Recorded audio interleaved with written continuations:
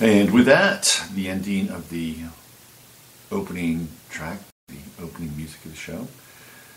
We have the final show, I believe, at least at this point in time. I may have one before New Year's.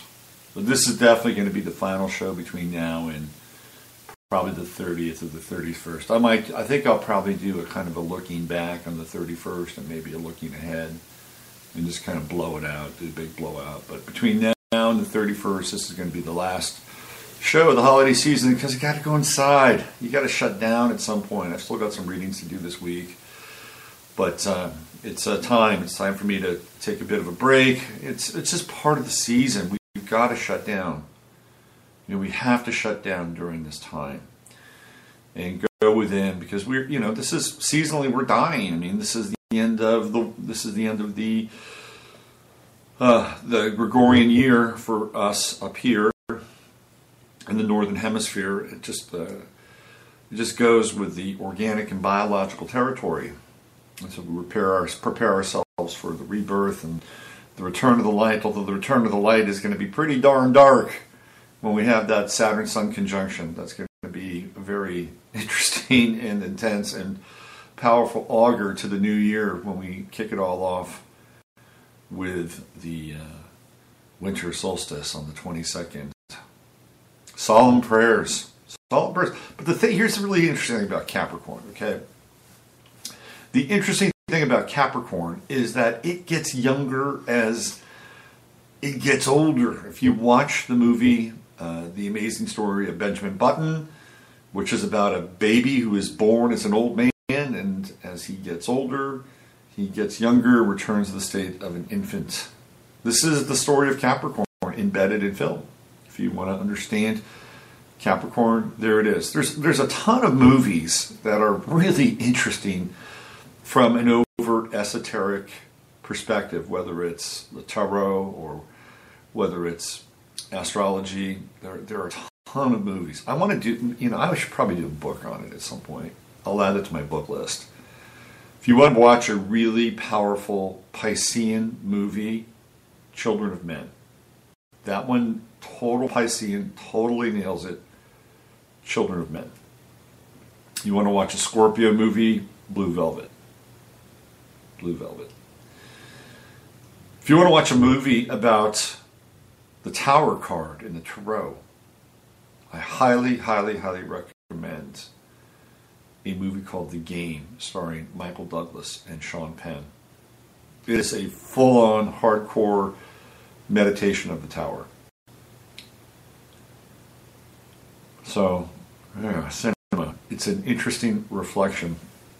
And Benjamin Button is, in many ways, the definition and externalization of Capricorn.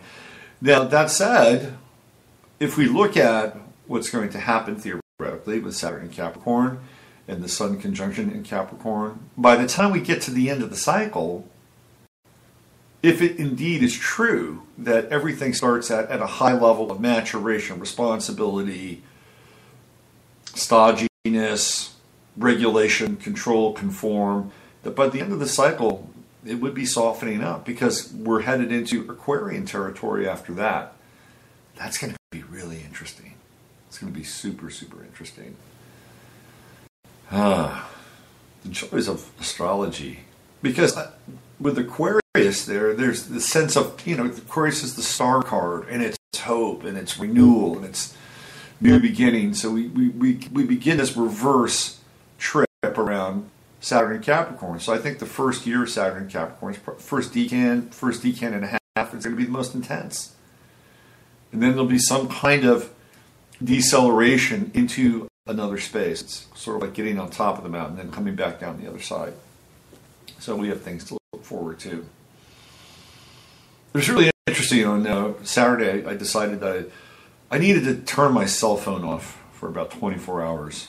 I needed a break. I needed a break. So I turned my cell phone off and I went about my business without my cell phone. It was very liberating, extremely liberating. And I went to two of my favorite places here are Jim and Jack's. Jack Allen's and Jim's down the road, which is a classic diner. I mean, it is a classic diner. They hadn't changed the look of Jim's for probably about 30 years. It felt like you were time traveling into the 70s. They upgraded it now. It looks different, but the food is still the same. And the same gals that work there, almost all of them, there are a few exceptions. Same gals that worked there when I first came to Texas 5 years ago are still there. So there's a lot of consistency. The cooks are still there. Man, they just, they bang it out. They work their butts off.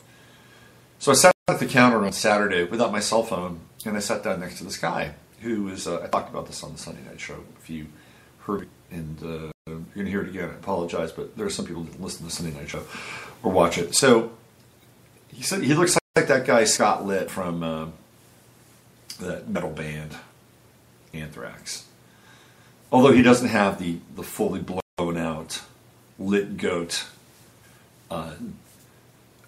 chin chimney coming off of his chin. Scott Litt is married to Meatloaf's daughter, and apparently Meatloaf lives in Austin. I did not know that, but he lives in Austin. And for all you sports fans out there, apparently Aaron Rodgers is building a house in Steiner Ranch. How about that? So Aaron Rodgers is going to get him some good life in Austin once his playing career is over. That'll be interesting to see how Aaron Rodgers adapts to Austinian life. So I'm sitting there, and he's reading a newspaper, and typically this is a great Mercury retrograde moment.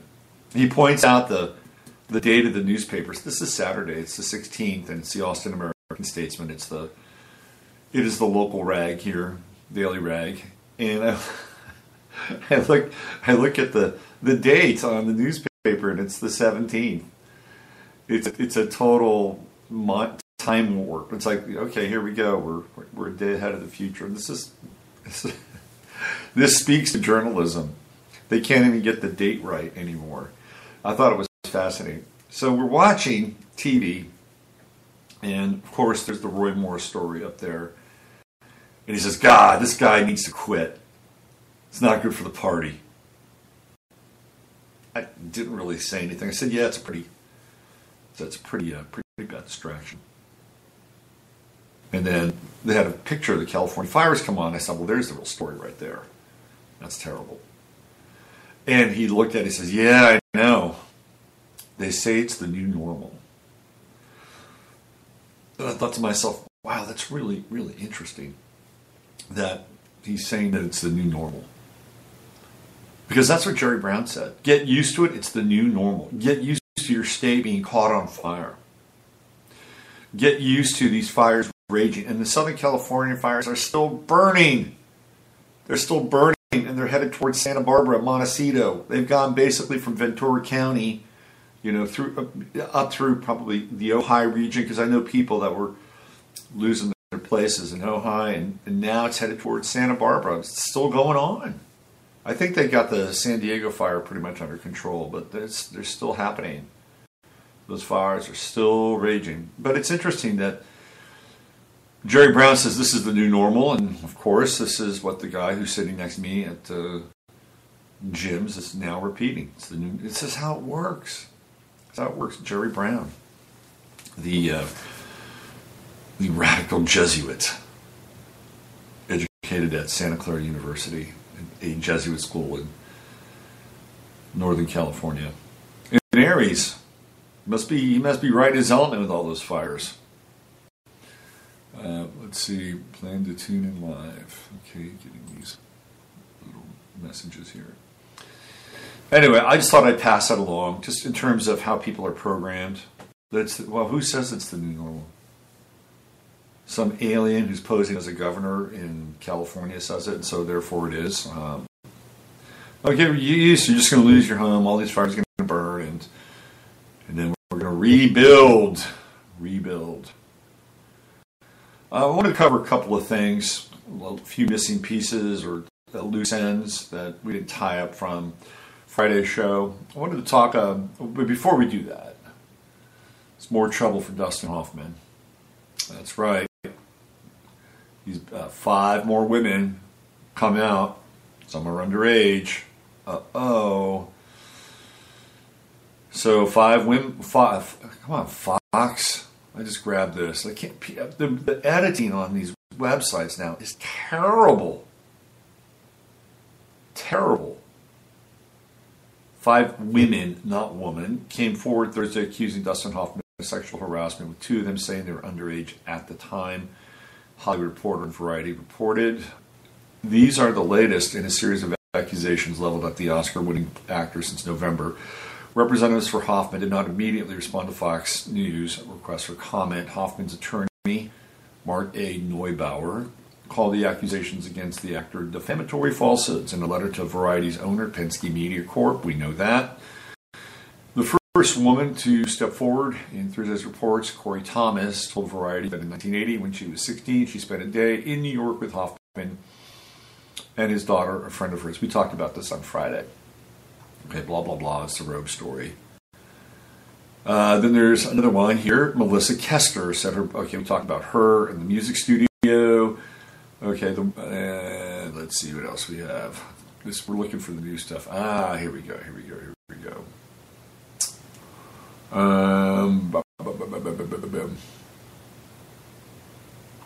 Let's see, I'm just trying to find the new one. Okay, this is the one about the okay, Kester claimed Hoffman. Okay, so we did that. The videotaping or the recording of Ishtar. Okay. So I'm trying to find the third accuser. Let me just see.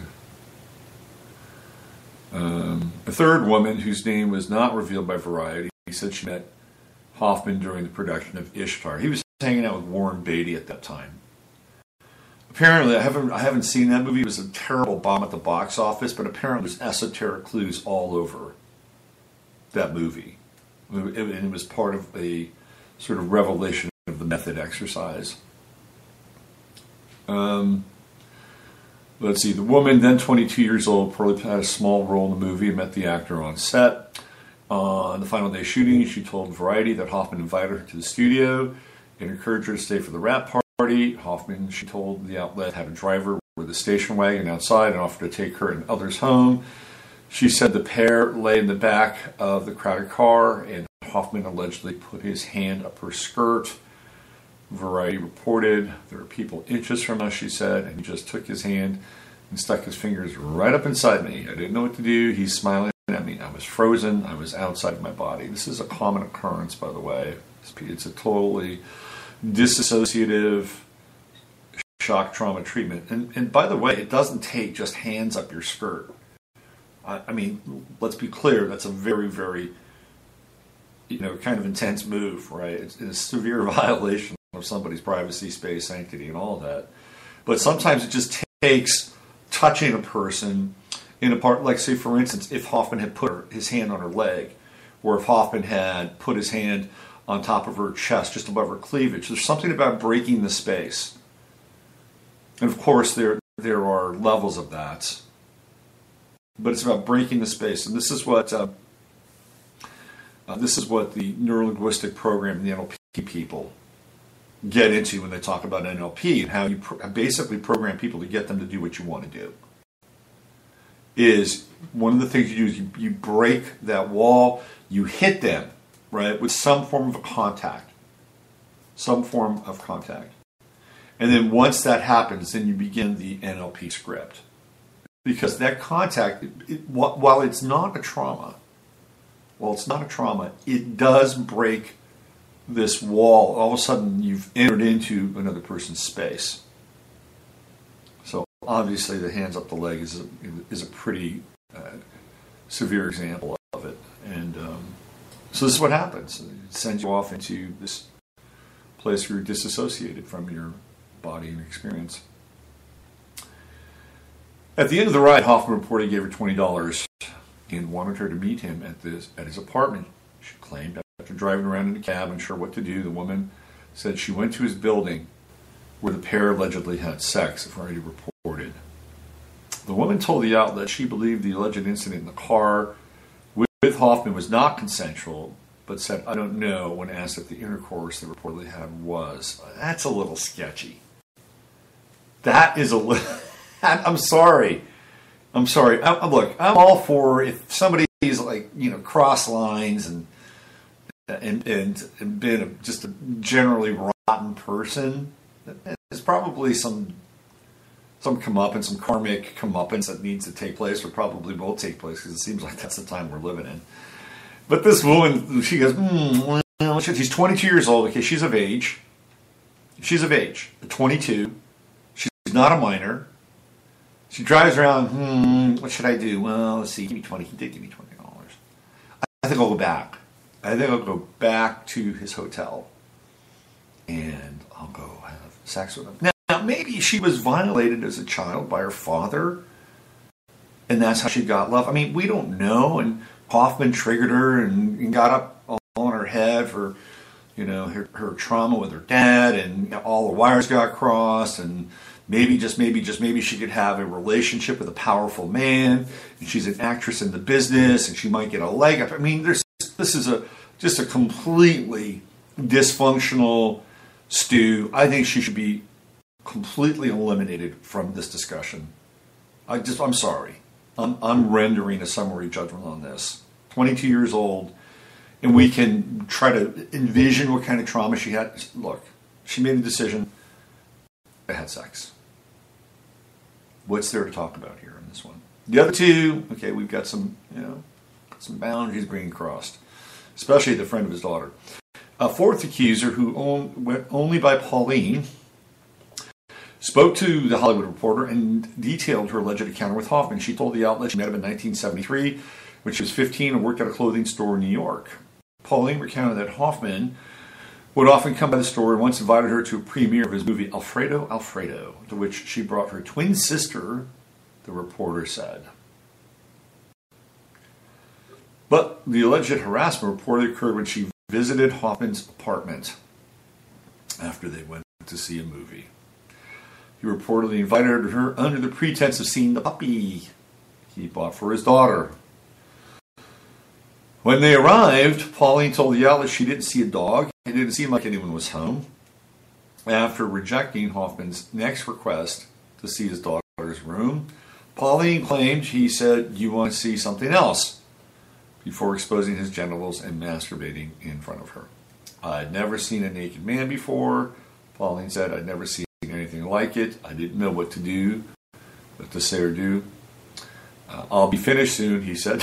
Pauline claimed. Hold on a second. I'll be finished soon. Can you turn a little to the left? That's it. Perfect angle. I didn't even know what to say. Pauline told the outlet she went home and didn't immediately tell anyone what happened to her. Hollywood Reporter included a fifth woman writing that it would call her by an alias, Carolyn. She said she met Hoffman in 1975 when she was 21, working as a tour guide in Washington, D.C. Okay, she's legal. Pauline at 16 was not. She told the outlet that Hoffman's assistant invited her on his behalf to his hotel that night. But when she got there, he reportedly knew more about her than she'd shared with him. It was as if he'd had researched me, she said. When the woman said she wanted to leave, Hoffman allegedly blocked the door and said, "Go home. You think you're getting out of here without having sex, do you?" I could actually hear him saying that. Hoffman reportedly offered her a choice of 2 sexual acts, to which she said she chose oral sex. What's up with this? Okay, you're not leaving, and you can do one of 2 things. You can either do this, or you can do that. So she went oral. Afterward, she claimed he gave her $20 for the ride home, and she left. Ladies and gentlemen, I think it behooves you to pass this along to your daughters. Don't go to somebody's hotel room unless you feel like, unless you understand that there's something that can happen in that hotel room. Again, I'm not blaming the victim here, but you're 21 years old and you're going to an actor's hotel room. Of course, he's an actor. What do you think he's going to do? Sit down and share, the Lee Strasberg process? Are you guys going to read Dostoevsky together? You want to talk about the meaning of life? No. Absolutely not. You get into a hotel room, I don't care if he's an actor. Look what happened to Mike Tyson. Stay out of the hotel room. Stay out of the hotel, because things happen inside hotel rooms. She's 21 years old. Okay, I'm sorry. I'm going to have a summary judgment. Could she have gotten out of the hotel? Was Hoffman going to kill her? Is he going to kill her? Is he going to beat her up? I mean, she's basically holding all the cards at that point. She could say, I'm leaving, and just open up the door, walk out the door, and leave. Is it that hard? Or is it because there's such a level of again, trauma and abuse and victimization, and did he use all of his research that he found on her to somehow soften her, weaken her, create a sense of vulnerability? I don't know. She's 21 years old. Again, it's a creepy thing to do, and these guys apparently it's the model. It's what they do. They bring people back, and if they're not going to get it, they're gonna get it themselves. So you want to hear some dirt? I'll give you an industry salacious story. This is the comedian that had a very famous telethon for many years. You know the guy, and he had this thing that he would do. He was married, kids, and he didn't do what Hoffman and these guys. He would hire women.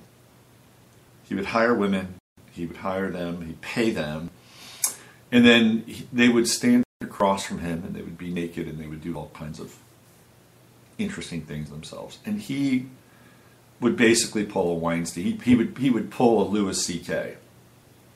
That's what he would do. And he had this is where it gets kind of gross. He had this piece of white shag carpeting that would be sitting down in front of him. And you know what would happen to the white shag carpet? Splash down. But at least he was legal about it. At least he hired him. Maybe Hoffman should spend more. Hoffman's a cheap bastard, though, isn't he? Gave her $20 for the ride home, and he got off lucky on that. Jeez. Anyway, there's more coming out, separating the wheat from the chaff. Some legit, some valid, some borderline, but it doesn't matter at this point because it's raining men, and not in the best sense at all. Jerry Richardson, the owner of the Carolina Panthers, who's owned the team for 20 years, is now going to sell the team because he had some settlements with women. Not good. Settlements weren't good. Apparently, there was some untowards activity and relationship with women inside the organization, and the next thing you know, they're complaining, and it's hush money, go away money. This is what's happened with Jerry Richardson, and it began to come out. The team began its own investigation. The league took the investigation over, and within about 4 or 5 days, Richardson said, "It's time for me to sell the team." Boom. Got Donald Sterling on it. I'm sure that Donald Sterling, that was almost like a honey trap. That was weird. That whole thing was really, really weird. But Jerry Richardson, see you later. Jerry, you were one of the people that were responsible for creating the personal seat license when purchasing a football ticket. You've done incredibly well as a former football player and parlayed your football relationships into an ownership of the Carolina Panthers, and who knows what else you've done, or what your other connections and networks are, but we'll see you later. Adios, sayonara, goodbye. Apparently P. Diddy wants to buy the team and then hire Colin Kaepernick. That's the first thing he's going to do. Of course, it's just a publicity grab for P. Diddy. Mr. P. Diddy. Because you know there's an I in Diddy, and there's an I in Illuminati, and he's all over that. He is a deep initiate into their cult. Let's put it that way. Absolutely. You don't climb the chain. You do not climb the pyramid. You do not get to the top of the pyramid without having to bend over at every step. I'm sorry. It's just the way it is. It's just the way it is. And I've heard stories about what goes on in their initiate parties, and P. Diddy's there. And it's really interesting. I'll share another inside the entertainment industry story. I was thinking about this the other day. I was reminiscing about this time in my life when I was, again, in the music business. And I'd made friends with an interesting couple from Chicago. And the woman invited me to Los Angeles. I was living in San Diego at the time. She invited me to Los Angeles to meet some of James Brown's people. And she invited me to, I wish I would have gone. I didn't go. But she invited me to James Brown's concert at the Hollywood Bowl. I think it was the Greek in Hollywood. I think it was the Greek. Anyway, she invited me to the concert. So I met her at her hotel in L.A. And so I'm there hanging out with her. We're talking. She introduces me to one of James Brown's people. And we're talking. And the guy starts to tell me this story about R. Kelly. And of course, R. Kelly got big trouble for underage girls. You know, R. Kelly's still in the business, though. He is still in the business. By the way, he has the same birthday as Elvis Presley and David Bowie. So R. Kelly, he's in the business still. But what he told me was that there was, I forget the guy's name. R. Kelly had screwed him over with either a deal or a woman, or there was something, money. I think it was money. And R. Kelly screwed this guy over. And this guy planned R. Kelly's revenge. His revenge on R. Kelly. And he told me specifically that he was going to get R. Kelly hooked on young girls. And that's exactly what he did. He would hire and pay these young women who obviously were not using the best sound judgment, mind, and body, but, you know, of course, probably were just as vulnerable and traumatized and needed the money. Who knows where they came from and what their background was. I'm not, you know, I don't want to get into exculpatory evidence around their psychic and emotional upbringing and health, but of course they're taking the money and they're going, maybe in some cases they didn't take the money, who knows, I don't know, but they're going on this guy's behest and they're sleeping with R. Kelly. And what happens during this time, we're talking like, you know, 13, 14-year-old girls. We're not talking 15, 16, 17. And these are not on the border. These are young women, very young women. And R. Kelly wound up getting hooked and addicted on young girls. And then when he could not help himself, and that's all he wanted, then this guy arranged for this to come forward. And it completely wrecked R. Kelly's career at that point in time. Completely wrecked it. Remember, he was doing the I Can Fly for the Disney film about Michael Jordan.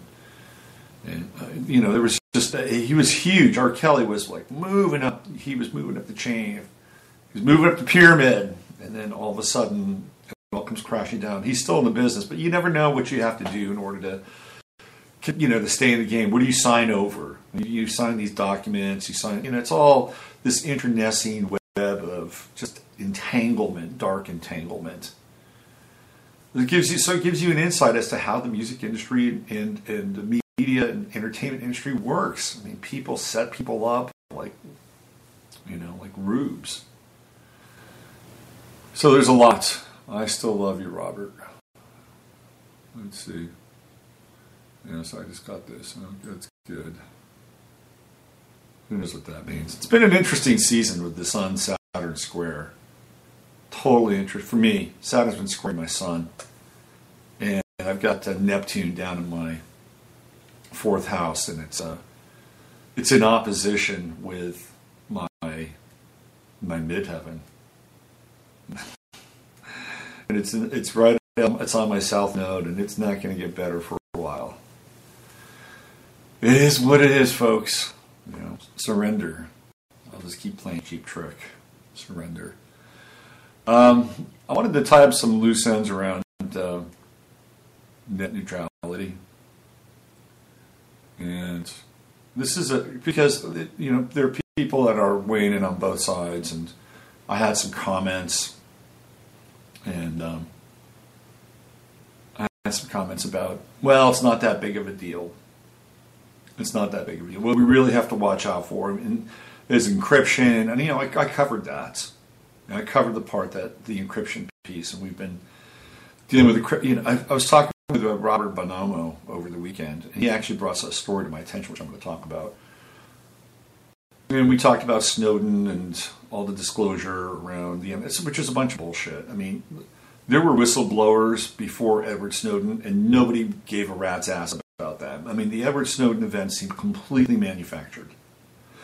And back at the time, both with Assange and Snowden, I wrote that these were limited hangs, and that they were, part and parcel of the military-industrial complex, DARPA, CIA, NSA, and I dare you to prove me that I'm wrong.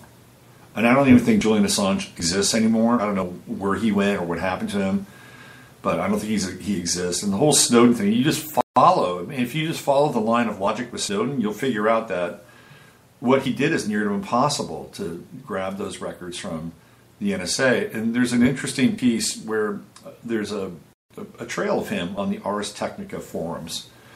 He was very vocal, and apparently he was kind of an asshole on the Ars Technica forums. And he was more on the side of the NSA, more on the side of the military-industrial complex on those forums.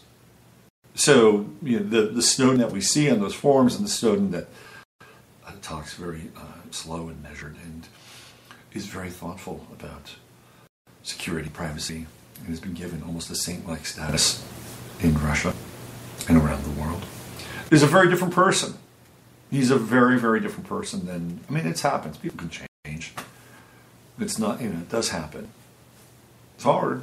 It's hard. Change is difficult, but it does happen.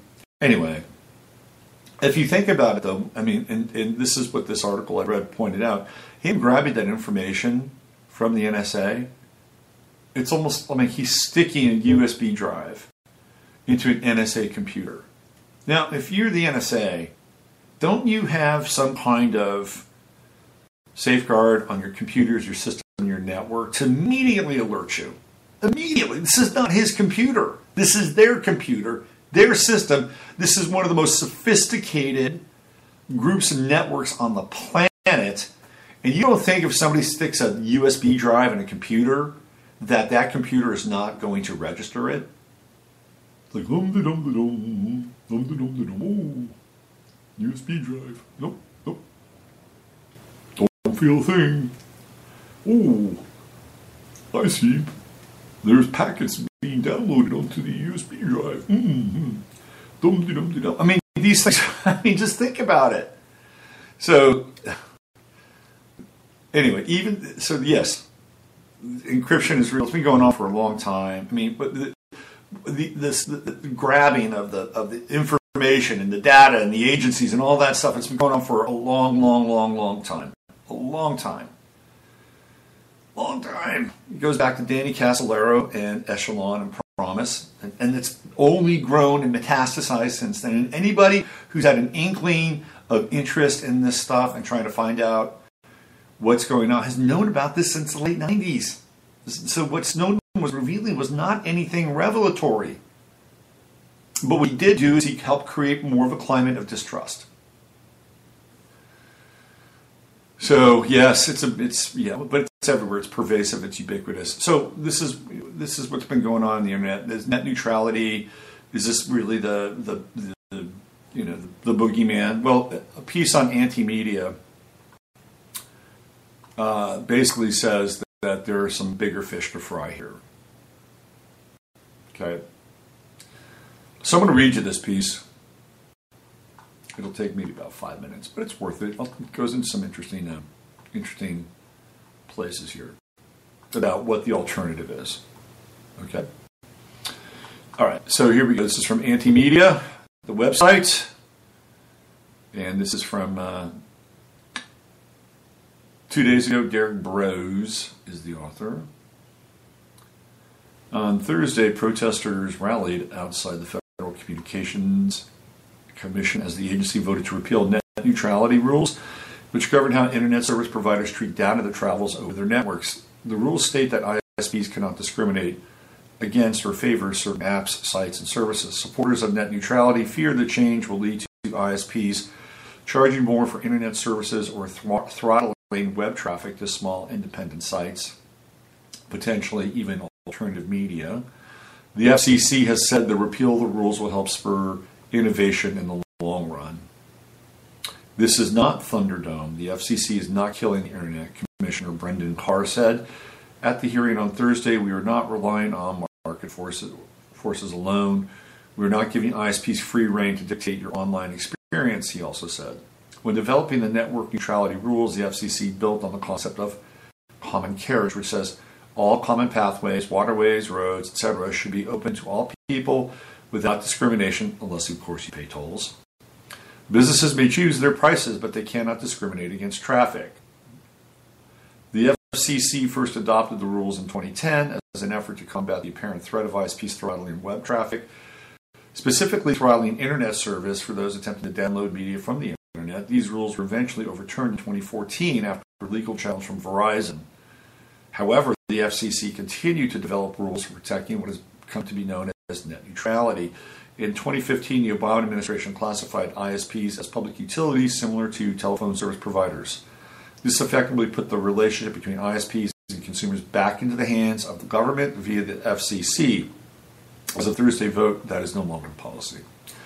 The supporters of net neutrality say the repeal of the rules means large corporations with deep pocketbooks could potentially pay broadband providers extra cash to ensure their sites and services stream in excellent quality, while viewers of smaller sites could suffer from lower quality internet experience. This would allow the big ISPs to charge higher prices because they would be able to absorb potential losses of customer revenue more easily than a business or a startup, smaller business startup. We talked about this on Friday.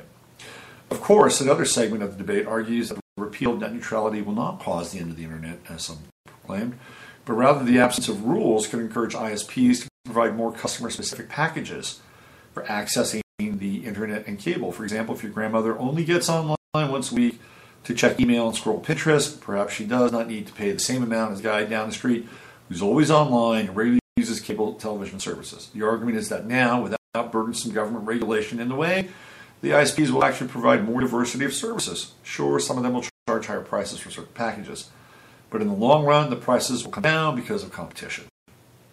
Another perspective is that the focus should not be on fighting the big cable companies or the FCC, but on pushing back against regulation at the local level by fighting city governments and public utilities. The real bottleneck, and this is in quotes, isn't incumbent providers of broadband, but incumbent providers of rights of way. A 2013 Wired opinion piece stated, these incumbents, the real monopolists, also have the final say on whether an ISP can build a network. They determine what hoops an ISP must jump through to get approval. However, it seems that people on all sides of the debate are missing the point. Here we get to the meat of this. Perhaps it's time we focus on creating a truly decentralized internet that has no single point of failure or control. Now, where have we heard this? This is blockchain. This is the blockchain model, the blockchain paradigm. While the majority of internet users opt for the mainstream World Wide Web and communication systems, there are obvious reasons to pursue open source, decentralized solutions. The old systems rely on centralized networks and authorities. By the way, if you watch Silicon Valley, this is exactly what Silicon Valley is about. The decentralization of the internet. By using, supporting, and creating decentralized peer-to-peer networks, we help maintain the internet as a safe and secure place to share information and educate ourselves. What exactly would a decentralized internet look like? New ventures like MadeSafe, Nexus Earth, and the OpenNIC project are just a few of the examples of efforts that are beginning to stretch the boundaries of how we access the internet. Decentralize the internet. David Irvine is the founder of MadeSafe, or Massive Array of Internet Disks, Secure Access for Everyone. The idea behind MadeSafe is to create a decentralized, distributed, secure, and private network Irvine and his team have worked for a decade to develop the algorithms that will allow the network to be self-regulating by borrowing users free hard drive space. In return, they offer an anonymous high-speed internet and cryptocurrency.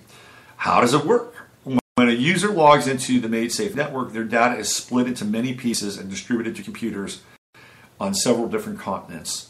Those pieces of data are then encrypted at a higher level than even the military's encryption. Oh, I'm sure the government will love this because they have no desire to really understand or look at or think about, examine what we're doing, what we're talking about, what we're trading. Let them go do it. Let's see.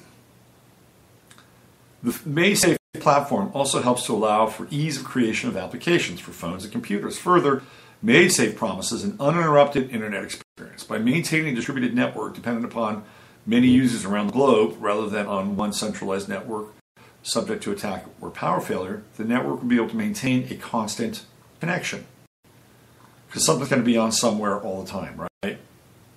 Theoretically, unless the entire planet's pulsed by an alien race, which we're going to talk about. That's the last story of the day that we'll get into. The eventual goal of MaidSafe is called Vaults, where users are able to contribute resources to the network in the form of spare hard drive capacity and earn a built-in cryptocurrency called SafeCoin.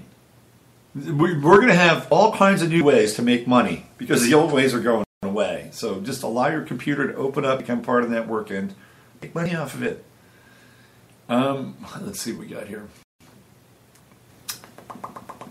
This structure means that without central servers, there's no centralization of data in concentrated storage units.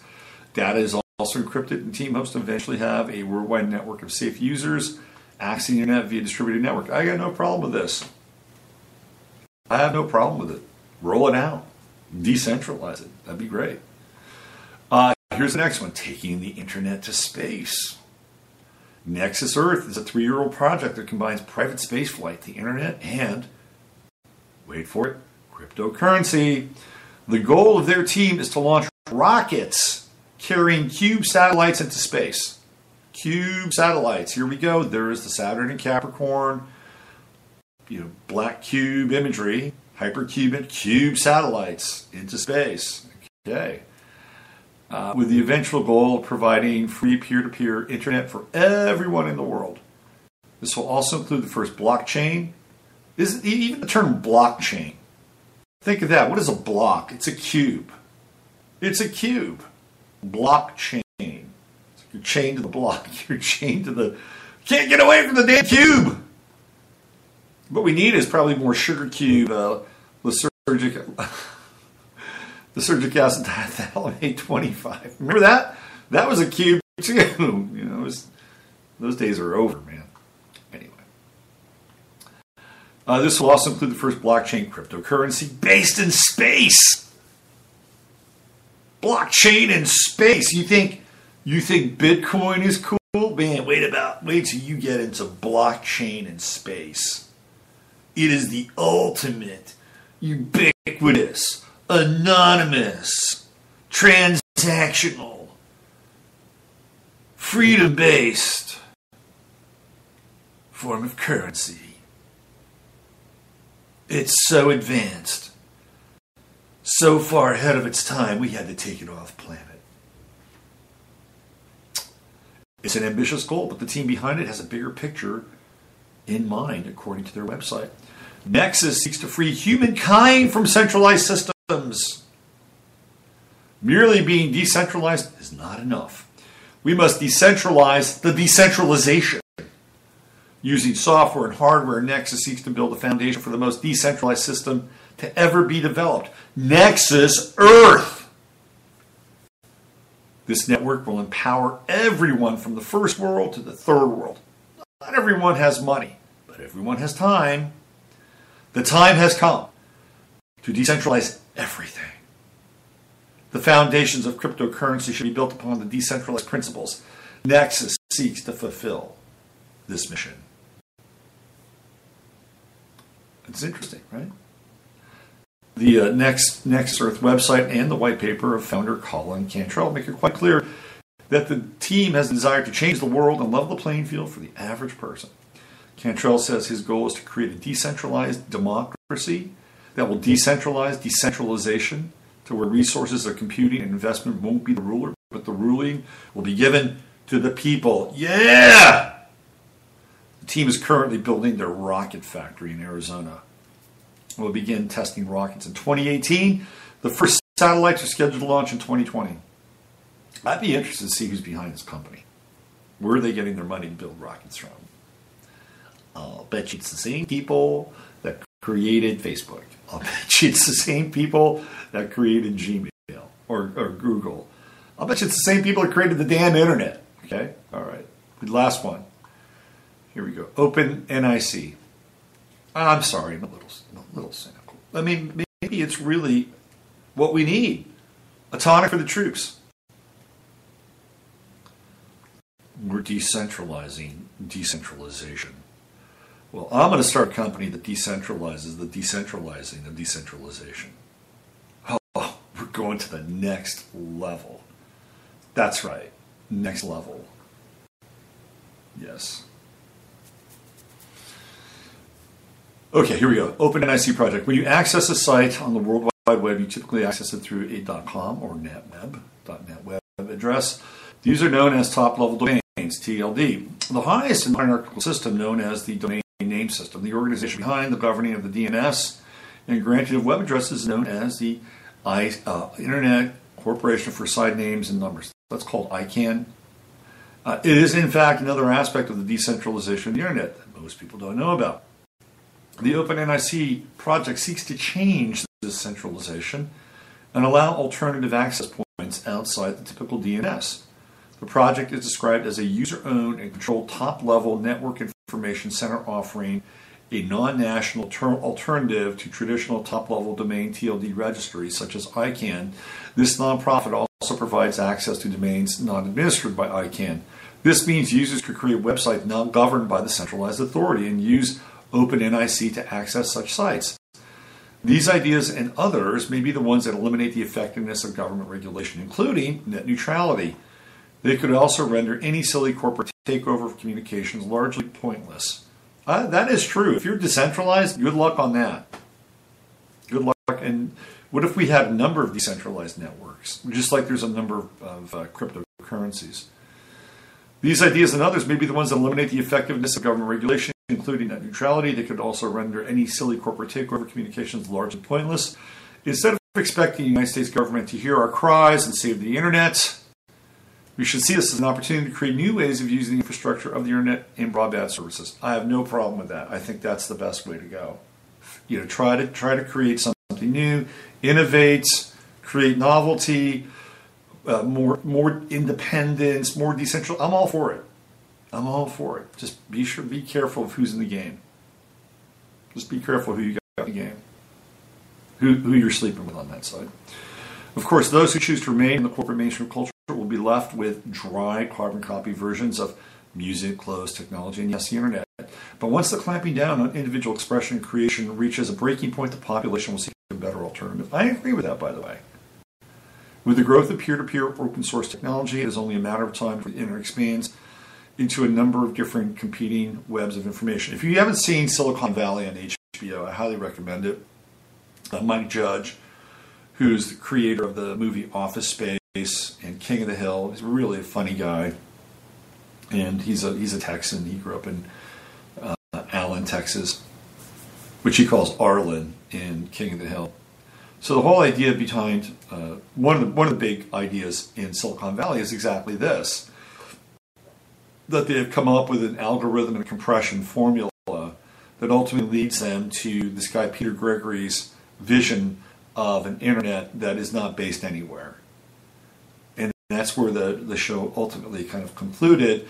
And what's really interesting, they had all this data that they were holding for a real estate company. It was part of a deal, there were servers and everything, and it was getting to be incredibly pricey for them. They couldn't hold all this data anymore. So one of the guys on the show, one of the characters, his name is Guilfoyle, who's a Satanist and worships Anton LaVey. He's actually very funny.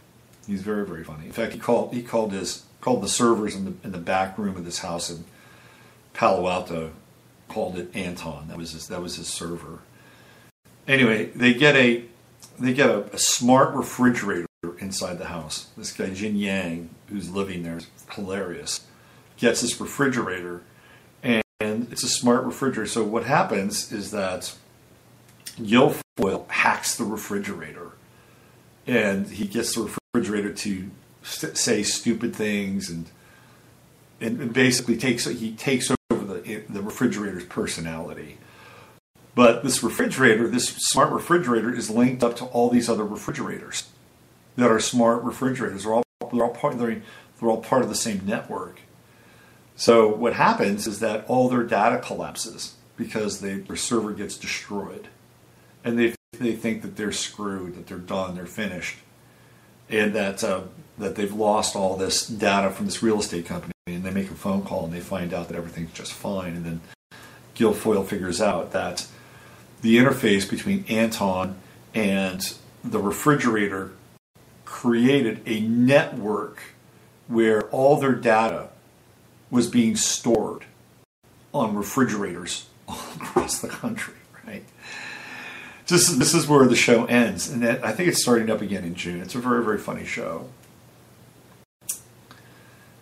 But that's the idea behind Silicon Valley, is a decentralized internet experience. Very funny stuff. Okay, last story of the day here, as we head into the final few minutes of, I think maybe the second to last show of 2017. What a year! I started 2017 off on January 15th. Going to the hospital. I was emergency visit for extremely high blood pressure. 2-day visit. That's how I started 2017 off. 2017, growth-filled year. Thank you for all the growth. Thank you. See you later. Sayonara. Adios. Goodbye. 2018, who knows what lies in store. Year of the dog. Maybe a little more loyalty. The dog is Libra in the Chinese system, the venerable Chinese system. And then after that, we're in the year of the boar. And then after that, it's the year of the rat. I'm looking for the year of the rat. 2020. 2020, man, that's going to be the year. Okay, so this is interesting. The New York Times now is getting behind the story about UFOs and the Pentagon. This is interesting. Glowing auras and black money. I'm not going to read you the story. Glowing money, you can look it up. Glowing auras and black money. The Pentagon's mysterious UFO program. So this is Ralph Blumenthal, Helene Cooper, and Leslie Kean from the 16th of December, just a couple days ago. This has made headlines. And they've got video on the website. A video shows an encounter between a Navy F-18 Super Hornet and an unknown object. It was released by the Defense Department's Advanced Aerospace Threat Identification Program. I'll just read you the first couple paragraphs. Washington, in the $600 billion annual Defense Department budgets, the $22 million spent on the Advanced Aerospace Threat Identification Program was almost impossible to find, which is how the Pentagon wanted it. So that's above the line budget for the Pentagon. We know about black budget. For years, the program investigated reports of unidentified flying objects, according to the Defense Department officials. Interviews with program participants and records obtained by the New York Times. It was run by a military-industrial official, Luis Elizondo, on the 5th floor of the Pentagon Sea Ring, deep within the building's maze. Could you imagine having that job? The Defense Department has never before acknowledged the existence of the program, which it says it shut down in 2012, but its backers say that while the Pentagon ended funding for the effort at that time, the program remains in existence. For the past 5 years, they say officials of the program have continued to investigate episodes brought to them by service members while also carrying out their Defense Department duties. The shadowy program, parts of it remain classified, began in 2007 and initially was largely funded by at the request of Harry Reid, the Nevada Democrat who was the Senate Majority Leader at the time and who has long had an interest in space phenomena. Harry Reid, are you kidding me? Area 51's in Nevada. He knows all about this shit. He knows all about it. Trust me. Most of the money went to an aerospace research company run by billionaire entrepreneur and longtime friend of Mr. Reed's, Robert Bigelow, who's currently working with NASA to produce expandable craft for humans to use in space. On CBS's 60 Minutes in May, Mr. Bigelow said he was absolutely convinced that aliens exist, that the UFOs have visited Earth. Okay, that's all I'm going to read. You'll find related coverage here on this. Let's see. 2 Navy airmen and an object that accelerated like nothing I've ever seen. Okay, that's from December 16th. From April 24th, people are seeing UFOs everywhere, and this book proves it. You know who's a big UFO guy is John Podesta. And John Podesta, I believe, gave that book to Hillary Clinton.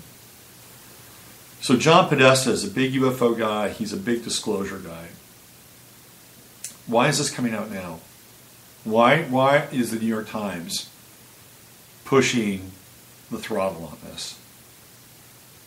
Are they getting us primed? Are they getting us pumped for disclosure? I mean, is that what's taking place? Are they running stories because, like this, because millennials don't read newspapers anymore? What is the gist? What is the meta, the deep meta around the New York Times investing in a story about the existence of UFOs and the government's complicit involvement in it? Keep your eye on the story as we move forward in 2018 and see where this develops. This could be a very, very interesting development. We lurch forward towards Babylon. So, by the way, if you have any ideas, if you have some ideas about why the New York Times is forwarding this and getting involved in this, which to some extent might be sensationalistic journalism. I mean, it's not too far afield from the Globe or the National Enquirer. So if you have any ideas or thoughts around it, send it over, shoot it over the comments on the YouTube page, and maybe we can get a dialogue going on it. Okay, let's see. We've got some specials still happening at my website. If you're looking for a last-minute Christmas/holiday gift, go to my website. I've got specials on readings, 3-pack, 2-pack, one single reading. And some people have bought the course that I have, the 16-hour course on astrology. Some people have actually bought that as a Christmas gift for their peeps. So that's available as well. And I think that's about it. Oh, I've got still have the webinar from Saturn and Capricorn. That's up on my website. You can grab that. That's beneath the Corey Feldman piece that I did last week. So if you're interested in that, you can grab that as well. It's I believe $29.95, and it's 3.5 hours of information on Saturn and Capricorn. And it's a lot of question and answers, and I get into it from the hyper meta and the black cube experience to how to deal with Saturn and Capricorn on a personal level. So if you want more information on that, go to my website, and it's 3.5 hours of intense information. Okay, so that's it. I think we'll have one more show before the end of 2017. That'll happen around New Year's. We'll make that happen. I mean, it'll do looking backwards and looking forwards, and I'll look at mine. Maybe I'll do some predictions this year and get into that. So that's it. Thank you for a wonderful 2017. There's been a lot of ups and downs, a lot of peaks and valleys, a lot of growth, a lot of intensity, and it hasn't stopped. Even before Trump got elected, the heat was on, and it's still on. The heat is still on. It's full on, blue heat from a butane burner. The fires in California are clearly metaphoric for the time that we're in. With all of their directed energy weapon potential and everything else that goes along, there's still metaphors for our time. The world is on fire. And as a result of that, what we have to develop, and this is challenging. This is the challenging part, because I don't know anybody that is cruising through life right now. Maybe a few people, and God bless you. Hold it. If you're on cruise control and you're cruising through life, and just hold that space. Hold on to it. Stay with it. That's important. We shouldn't be jealous of people that are living an optimal life. This is what we have to disabuse ourselves of. They're living an optimal life, and they're living in accordance with the Spirit within themselves and God within, and you know what? Live that life. And for others, for a lot of us at this point in time, we're going through some very intense stuff. It's a very heavy period. I don't know a lot of people that aren't being affected by the energies of this time, especially these final degrees of Saturn and Sagittarius. It's like getting really, really, really, really real with your inner authority, even if it means that you have to be exposed to where your inner authority has either overstepped its boundaries, or you got to clean up your act in some way, shape, or form. And that's what it's about. So find ways to cool and soothe your spirit. And the best way to do it, I swear, the best way to do it is to give. I've had some opportunities to do a little bit of giving in my own way over the last couple of weeks, and it feels good. It's like this cooling, healing balm in your life to be generous. To be generous with your emotions and your spirit and your pocketbook. So if you find the right opportunity, you find the right situation, ultimately you're giving to yourself, and in the best way possible. The best way possible. Be generous of spirit, mind, and body, and pass it on. All right. I wish you all a very, very, very, very happy, healthy, warm holiday season with the best of family and friends. And if you're out there and you're on the precipice of being alone during the holidays, do yourself a favor. Find somebody, plug in, and do your best not to be alone. It's not a great time to be alone. All right. Use your head to discern what's real, your heart to step on what's possible. I am your completely imperfect and yet dutiful radio host in Sherpa between 9:11 and 10:15 in the morning, Monday through Thursday, and Fridays at 12 noon. This is Robert Phoenix, and I will see you all on the next show.